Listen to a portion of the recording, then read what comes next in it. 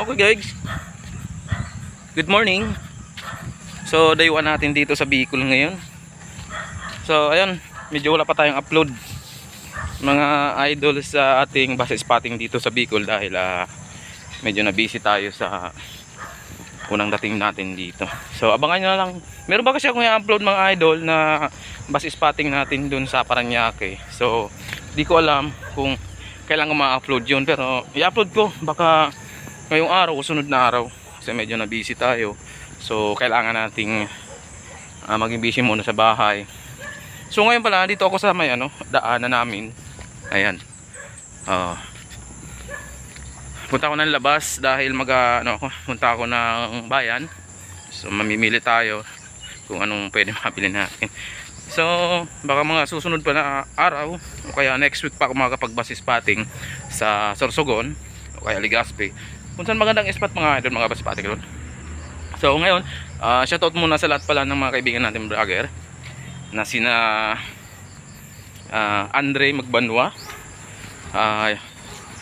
Neko Bus TV, Kois Paul Bus Vlogger, at sino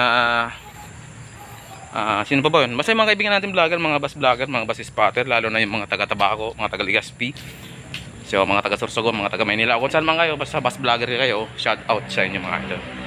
So ito lang po ang info natin about dito sa pag-uwi ko sa Bicol. So dito ako sa may daanan, baka mga mga January 5 pa ako magbabalik ng Maynila. So saka na ulit tayo magkita-kita mga idol para mag-bus spotting.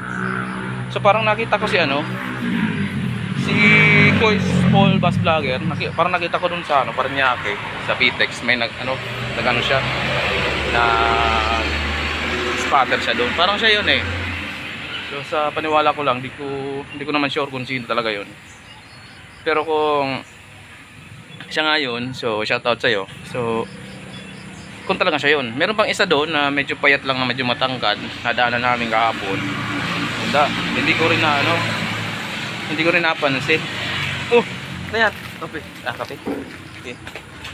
So hindi ko napansin kung siya talaga yun o hindi.